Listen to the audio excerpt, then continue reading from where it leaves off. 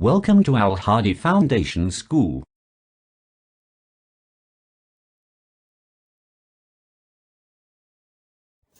Bismillahirrahmanirrahim. Amazing Science Class 6 Unit Number 1 Learning to be a Scientist. साइंसदान बनना। इस chapter में आप पढ़ेंगे कि साइंस क्या होती है और साइंसदान क्या होता है और वो क्या क्या काम करते हैं। ठीक है, let's start. A person who studies science is called a scientist. एक ऐसा इंसान जो साइंसी तालीम हासिल करता है उसे साइंटिस्ट यानी कि साइंसदान कहते हैं। साइंसी तालीम क्या होती है ये आप देखेंगे नेक्स्ट पेज नंबर 2 पे है आपके पास। आपको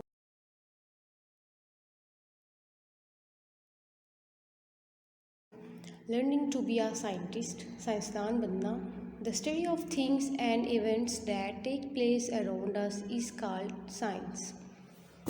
साइंस क्या है बच्चों? उन तमाम चीज़ों की तालीम और उन तमाम वाक़यात की तालीम जो आपके इर्द गिर्द रोनुमा हो रहे होते हैं उन्हें साइंस कहते हैं। ठीक है, a person who studies science is called a scientist. और एक ऐसा इंसान जो इस तालीम को, उस साइंसी तालीम को हासिल करता है उसे साइंटिस्ट, साइंसदान कहते हैं। A scientist not only looks at the things but asks questions about them and tries to find answers by performing experiments and collecting more information. साइंसदान क्या क्या काम करते हैं अब आपने ये देखना है। यहाँ पे आपको ये पता चला है कि साइंसदान ना सिर्फ चीज़ों का मुशाहिदा करते हैं बल्कि उनके बारे में अपने जहन में सवाल उठाते हैं और फिर उन सवालात के जवाबात को ढूंढने के लिए कोशिश करते हैं। किस तरह से? बाय परफॉर्मिंग एक्सपेरिमेंट, तजुर्बात अदा करके, एंड कलेक्टिंग और जमा करके मोर इन्फॉर्मेशन, मज़ीद मालूमात। ठीक है, यानी कि एक जो साइंसदान होता है वो ना सिर्फ अपने इर्द गिर्द मौजूद चीज़ों को देखता है, उनको ऑब्ज़र्व करता है, बल्कि उनके बारे में अपने माइंड में क्वेश्चनिंग करता है और फिर उन क्वेश्चंस के आंसर को ढूंढने के लिए वो मुख्तलिफ़ किस्म के तजुर्बात अदा करता है। देन ही और she writes down the results and draws conclusions from them. फिर वो उन तमाम तजुर्बात को जमा करके, ठीक है, उन तमाम नताइज को, जो भी उसने तजुर्बात अदा किए थे उनके तमाम नताइज को वो एक जगह पर जमा करता है और फिर एक मखसूस नतीजा अख़ज़ करता है।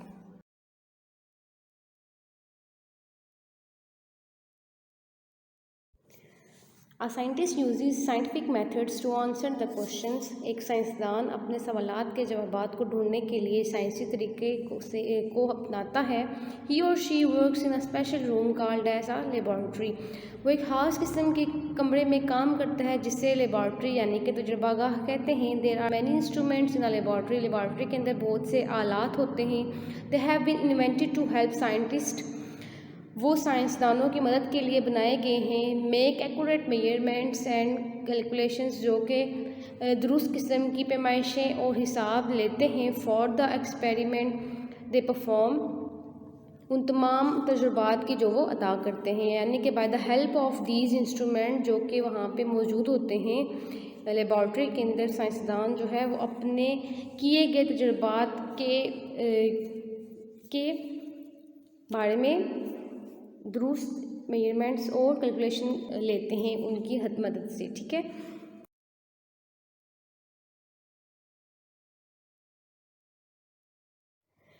Steps involve in solving a scientific problem. एक साइंटिफिक प्रॉब्लम को हल करने के लिए कौन कौन से इकदाम किए जाते हैं। अब आप यहाँ पे देखेंगे कि जो साइंटिस्ट होते हैं, जो साइंसदान होते हैं, वो किस तरह से काम करते हैं। तो वो स्टेप बाय स्टेप काम करते हैं।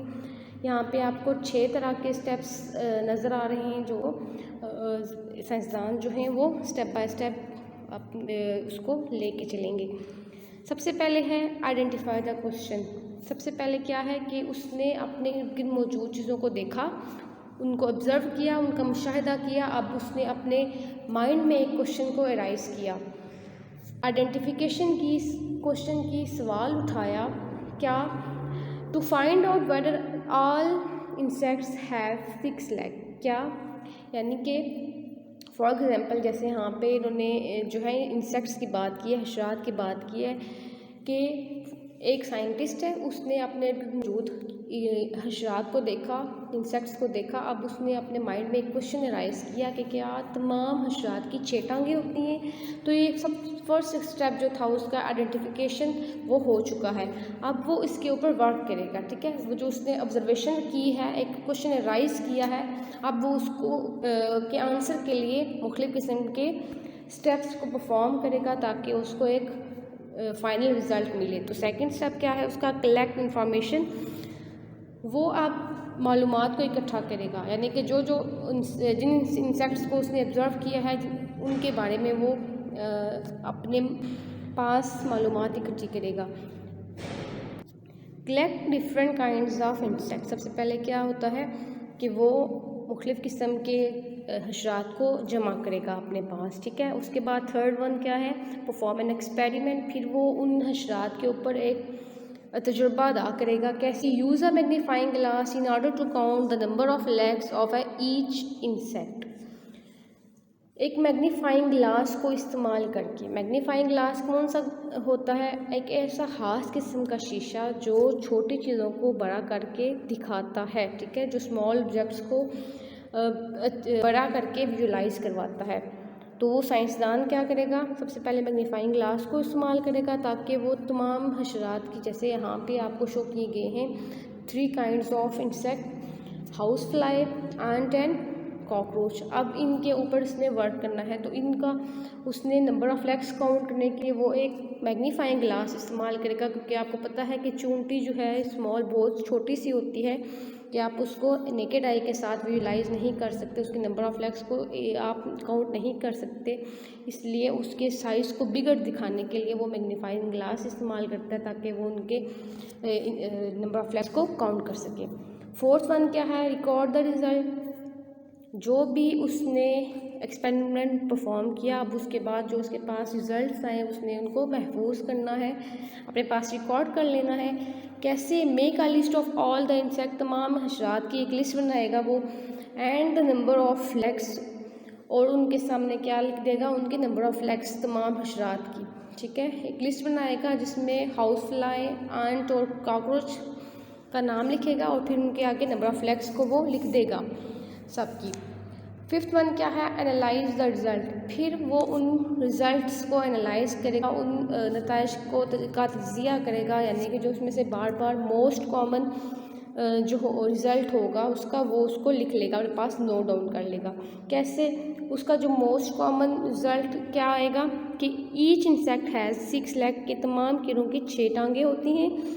सिक्स्थ वन जो उसका और फाइनल जो स्टेप होगा वो ये होगा, रीच एंड कंक्लूजन, एक ख़ास किस्म का नतीजा हासिल करना, यानी कि जितने भी उसने 5 स्टेप पहले किए हैं उसमें से जो उसको रिज़ल्ट मिला मोस्ट कॉमन और जो फाइनल रिज़ल्ट मिला वो अब उसको क्या मिला, it is highly likely that all insects have 6 leg, कि तमाम हशरात की 6 टांगें होती हैं। उसने अपने एक्सपेरिमेंट से ये चीज़ ढूंढी कि जो कीड़े होते हैं, जो तमाम इंसेक्ट्स हैं जो उसने अपने पास कलेक्ट किए थे, उन सब की 6 टांगें हैं। तो इस तरह से साइंसदान अपने क्वेश्चन का आंसर ढूंढते हैं, और इस पूरे स्टेप्स को, इन 6 स्टेप्स को हम साइंटिफिक मेथड भी बोलते हैं।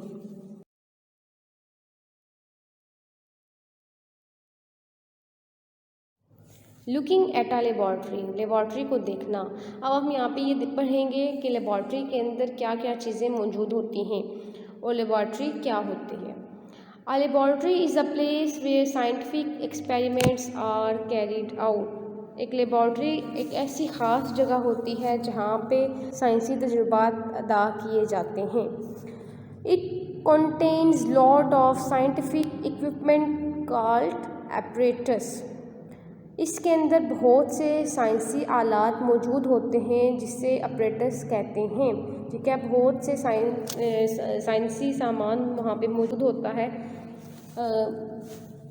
ताकि साइंसदान उनको इस्तेमाल करके मुख्तलिफ़ किस्म के तजुर्बात अदा करें। Which is kept in the cupboards, जो कि अलमारियों में रखे गए होते हैं, और ऑन द शेल्व्स, या फिर खानों में, ठीक है। ये जो अपरेटस होता है या तो ये अलमारियों में रखा गया होता है या फिर मुख्तलिफ़ खानों में रखा गया होता है। Chemicals are kept in the laboratory in bottles called as reagent bottles. Chemicals यानी कि जो कीमियाई मादे होते हैं जो कि साइंसदान इस्तेमाल करते हैं चीज़ों को प्रिजर्व करने के लिए या फिर मुख्तलिफ तजुर्बात के लिए, उनको ख़ास किस्म की बॉटल्स के अंदर रखा जाता है और उन बॉटल्स को क्या कहते हैं? Reagent bottles. Specimens of animal and plants are displayed on shelves and in the cupboards. जानवरों और पौधों के नमूनों को खानों में या फिर अलमारियों में डिस्प्ले किया जाता है, रखा गया होता है. अब जो स्पेसिमेन क्या चीज़ होती है बच्चों? जो प्रिजर्व्ड आपके पास एनिमल्स होते हैं या फिर प्रिजर्व्ड आपके पास प्लांट्स होते हैं, मुख्तलिफ किस्म की बोन्स होती हैं.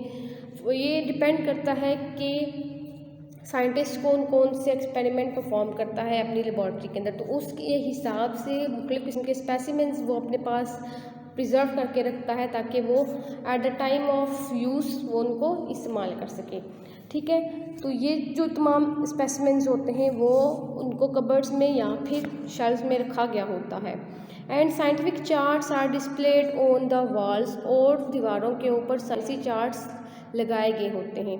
ठीक है, आपने देखा होगा कि आपके इर्द गिर्द भी, आपके क्लासरूम्स में भी या फिर आपके जो साइंटिफिक लैब्स होते हैं उनके अंदर मुख्तलिफ किस्म के चार्ट्स लगाए गए होते हैं जिसमें आपको ह्यूमन स्केलेटन दिखाया गया होता है, ह्यूमन ब्रेन दिखाया गया होता है, किडनी दिखाई गई होती है, हार्ट दिखाया गया होता है. तो ये साइंटिफिक चार्ट्स होते हैं जो कि लेबॉर्ट्री के अंदर लगाए जाते हैं. Instruments for magnifying small objects called as microscope are also found in the laboratory. कहते हैं कि जो छोटी चीज़ों को बड़ा करके जो दिखाने वाले आलात होते हैं, इंस्ट्रूमेंट होते हैं, जिसको क्या बोलते हैं? माइक्रोस्कोप यानी कि खुर्दबीन, वो भी लेबॉर्ट्री के अंदर मौजूद होते हैं. जिस तरह के भी हमने ऊपर पढ़ा कि जो आंट है, जो चूंटी है, उसका साइज़ बहुत छोटा होता है, उसके साइज़ को इंक्रीज़ करके बड़ा करके देखने के लिए जो है, जिस तरह हमने मैग्नीफाइंग ग्लास इस्तेमाल किया था, इसी तरह बहुत सी मुख्तलिफ और भी चीज़ें होती हैं जिनके साइज़ को बड़ा करके देखने के लिए साइंसदान जो है वो एक और ख़ास किस्म का इंस्ट्रूमेंट इस्तेमाल करते हैं जिससे माइक्रोस्कोप कहते हैं. तो ये भी लेबॉर्ट्री के अंदर रखा गया होता है.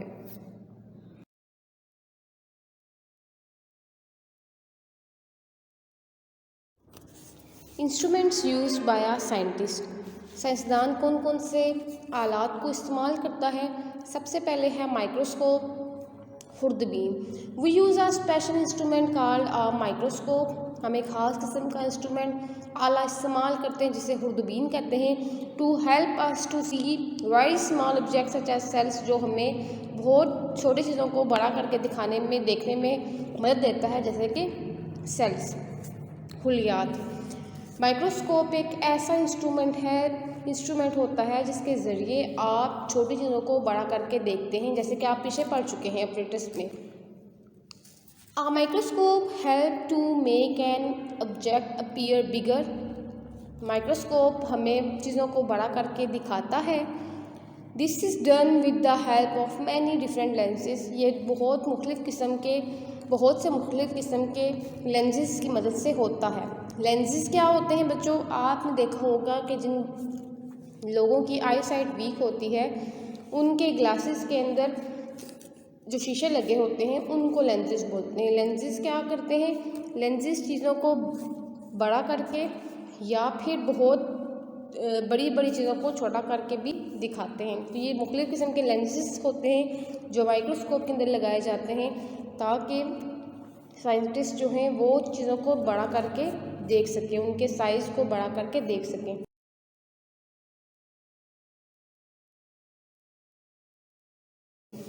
सेकेंड वन है बैलेंस, तराजू. A balance is an instrument use for measuring the weight of a body. Balance की मदद से आप किसी भी किस्म की चीज़ का वज़न जो है वो मेजर कर सकते हैं. ठीक है, weight is measured in grams. Weight को ग्राम के अंदर मेजर किया जाता है. वज़न का जो यूनिट होता है वो ग्राम होता है. जैसे कि आप किसी चीज़ की लेंथ को अगर आप मेजर करें तो वो आपके पास मीटर्स में या सेंटीमीटर्स में कैलकुलेट की जाती है. इस तरह से अगर आप वेट को मेजर करें तो वेट के लिए दो किस्म के यूनिट्स यूज़ किए जाते हैं. एक है ग्राम और एक है किलोग्राम। तो ग्राम जो है वो स्मॉल वेट्स के लिए, स्मॉल कैलकुलेशन के लिए इस्तेमाल किया जाता है। अगर आप किसी छोटे चीज़ का वेट कर रहे हैं या किसी छोटे क्वांटिटी में वेट मेजर कर रहे हैं तो वहाँ पे ग्राम आएगा, ग्राम का यूनिट आप यूज़ करेंगे। और अगर आप बिगर बॉडीज़ का वेट जो है मेजर कर रहे हैं तो वहाँ पे किलोग्राम आएगा। तो आपको यहाँ पे ये भी याद रखना है कि 1 किलोग्राम जो है, 1 किलोग्राम जो है वो 1000 ऑफ ग्राम्स के इक्वल होता है।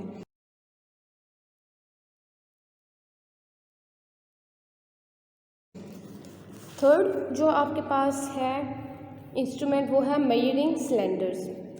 मेजरिंग सिलेंडर से आप क्या करते हैं? A measuring cylinder is use to measure the volume of a liquid. Measuring cylinder की मदद से आप किसी भी माया का हुजम यानी कि वॉल्यूम फाइंड कर सकते हैं, नाप सकते हैं, पैमाइश कर सकते हैं उसकी। Volume is measured in litres, और वॉल्यूम का जो यूनिट होता है वो लीटर्स होते हैं, ठीक है।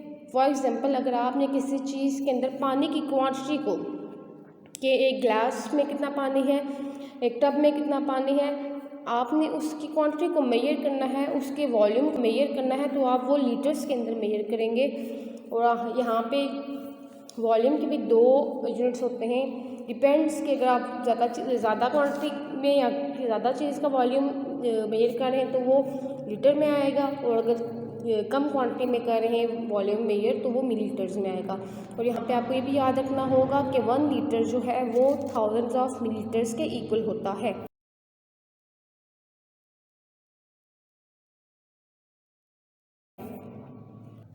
फोर्थ आपके पास जो फोर्थ वन इंस्ट्रूमेंट आपको बताया गया है वो है stop watch. Stop watch basically ये घड़ी ही होती है, लेकिन ये जो घड़ी है इसकी मदद से आप वक्त की पैमाइश कर सकते हैं। और जो वक्त होता है इसको हमने मुख्तलिफ 3 कैटेगरीज में डिवाइड किया हुआ है। जैसे कि जो बिग इसका कैटेगरी है वो है आवर्स, फिर मिनट्स, फिर सेकंड्स। अगर आपने टाइम को आवर्स में मेजर करना है तब भी आप स्टॉप वॉच को यूज़ करेंगे। उस स्टॉप वॉच की ही मदद से आप वक्त को मिनट्स के अंदर भी मेजर कर सकते हैं और सेकंड्स के अंदर भी मेजर कर सकते हैं।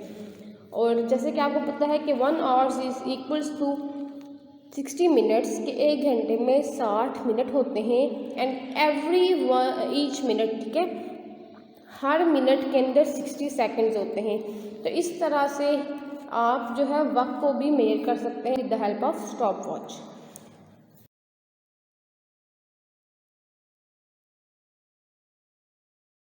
फिफ्थ वन जो है अब आपके पास है मीटर रूल। मीटर रूल आपने बहुत ज़्यादा कॉमनली यूज इंस्ट्रूमेंट है, ना सिर्फ साइंटिस्ट ही नहीं यूज़ करते बल्कि ये आम कामों के लिए भी इस्तेमाल किया जाता है। मीटर रूल क्या होता है, इसकी मदद से हम क्या करते हैं? A metre rule is use to measure the length of an object. Metre rule की मदद से आप किसी भी चीज़ की लंबाई को मेजर कर सकते हैं, ठीक है।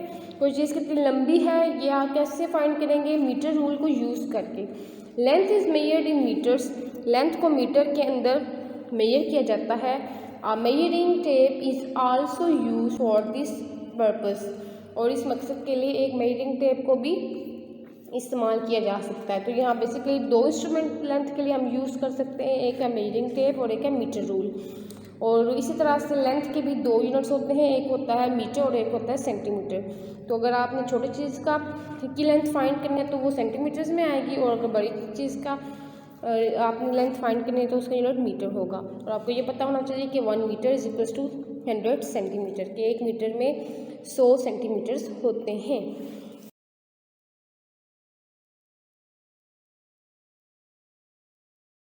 उसके बाद लास्ट वन जो आपका इंस्ट्रूमेंट आपको है वो है थर्मोमीटर। थर्मोमीटर क्या होता है? Thermometer is use to measure temperature. Thermometer की मदद से आप किसी भी चीज़ का टेम्परेचर फाइंड कर सकते हैं। टेम्परेचर क्या है? हरारत, ठीक है। किसी भी जिस्म के अंदर कितनी हरारत मौजूद है इसको मेजर करने के लिए थर्मोमीटर इस्तेमाल किया जाता है। इट टेल्स हाउ हॉट और कोल्ड एन ऑब्जेक्ट इज़। ये हमें पता है कि कोई भी चीज़ कितनी गर्म या ठंडी है, ठीक है। टेम्परेचर ये नहीं होता कि कोई चीज़ कितनी गर्म है। हरारत जो है वो 2 तरह की होती है, कोई चीज़ कितनी गर्म है या कोई चीज़ कितनी ठंडी है। इस चीज़ को मेजर करने के लिए जो इंस्ट्रूमेंट यूज़ होता है वो होता है thermometer. Temperature can be measured in degrees, इस तरह से टेम्परेचर के भी 2 यूनिट होते हैं जिसको हम डिग्रीज के अंदर भी मेजर कर सकते हैं। टेम्परेचर के 3 यूनिट्स हैं, ठीक है। आप इसको डिग्रीज के अंदर भी मेजर कर सकते हैं, सेल्सियस के अंदर भी मेजर कर सकते हैं और फ़ारेनहाइट के अंदर भी मेजर कर सकते हैं। और इस तरह से सेल्सियस को अगर आपने मेजर करना है सेल्सियस के अंदर तो ये होगा इसका जो आप इसको कैसे डिनोट करेंगे, कैपिटल सी से सेल्सियस को डिनोट किया जाता है और फ़ारेनहाइट को किस तरह से डिनोट किया जाता है, एफ से, कैपिटल एफ से, ठीक है। तो ये चंद एक इंस्ट्रूमेंट हैं जो कि लेबॉर्ट्री के अंदर मौजूद होते हैं और जो साइंटिस्ट इनको इस्तेमाल करते हैं।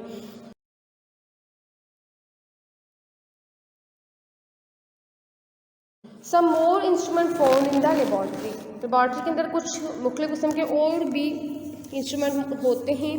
कौन कौन से?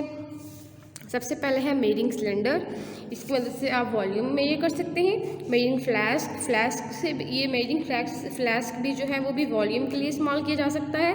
पिपेट, ब्यूरिट, उसके बाद है vernier callipers and micrometer calliper. Vernier calliper से आप किसी भी चीज़ का डायमीटर फाइंड कर सकते हैं और इसी तरह से माइक्रोमीटर जिसको स्क्रू गेज भी बोलते हैं, इसके ज़रिए भी आप किसी भी चीज़ का डायमीटर फाइंड कर सकते हैं और रेडियस भी फाइंड किया जा सकता है।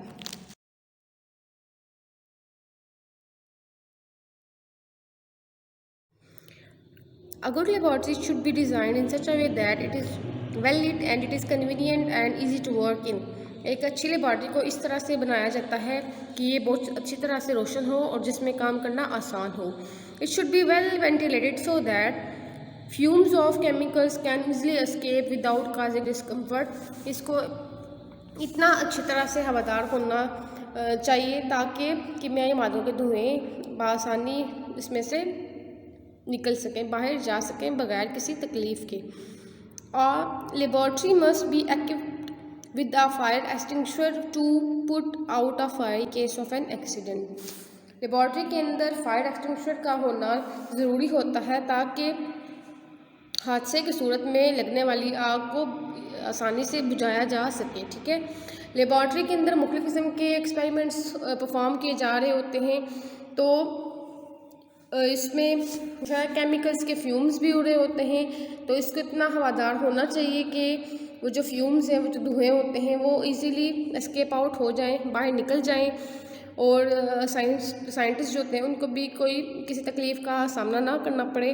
और इसके अलावा यहाँ पे दूसरी चीज़ जो आपने पढ़ी है वो क्या है कि इसमें फायर एक्सटिंग्विशर का होना लाजमी है, जिसके ज़रिए जो है अगर हादसाती तौर पर आग लग जाती है तो उसको फौरी तौर पर बुझाया जाए।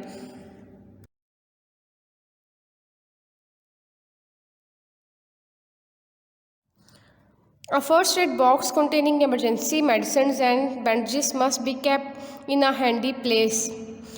इब्तदाई तबी अमदाद का डिब्बा जिसके अंदर हंगामी सूरत हाल में इस्तेमाल होने वाली दवाइयाँ और पट्टियाँ मौजूद होती हैं, इसको एक ऐसी जगह पर रखा जाए सो दैट ताकि इट कैन बी यूज, ताकि ये इस्तेमाल हो सके इमीडिएटली, जल्दी से, फौरी तौर पर। इफ़ समवन, अगर कोई इज़ इंजर्ड, ज़ख्मी हो जाता है और बर्नड या जल जाता है वाइल परफॉर्मिंग एन एक्सपेरिमेंट, कोई भी तजुर्बा अदा करते वक्त, ठीक है। यानी कि अगर कोई भी एक्सपेरिमेंट परफॉर्म हो रहा हो और उसके रिज़ल्ट में अगर जो है साइंटिस्ट को या फिर किसी भी इंसान को इंजरी आ जाए या फिर वो केमिकल्स की वजह से वो अगर जल जाता है तो उस वहाँ पे लेबॉर्ट्री के अंदर फर्स्ट एड बॉक्स का होना लाजमी है ताकि उसको फौरी तौर पर जो है मेडिसिन वगैरह और बैंडेजेस वगैरह प्रोवाइड कर दिए जाएं। तो ये अच्छी लेबॉर्ट्री जो होती है उसके अंदर चंद एक चीज़ों का ख्याल रख के उसको डिज़ाइन किया जाता है कि ये बहुत अच्छी तरह से वेल एलिमिनेटेड हो, ठीक है, अच्छी तरह से रोशन हो, वेल वेंटिलेटेड हो, अच्छी तरह से हवादार भी हो, जिसके अंदर फायर एक्सटिंग्विशर हो और जिसके अंदर फर्स्ट एड बॉक्स हो, और वो एक ऐसी हैंडी प्लेस पे उसको रखा जाए ताकि वो बआसानी उसको इस्तेमाल किया जा सके।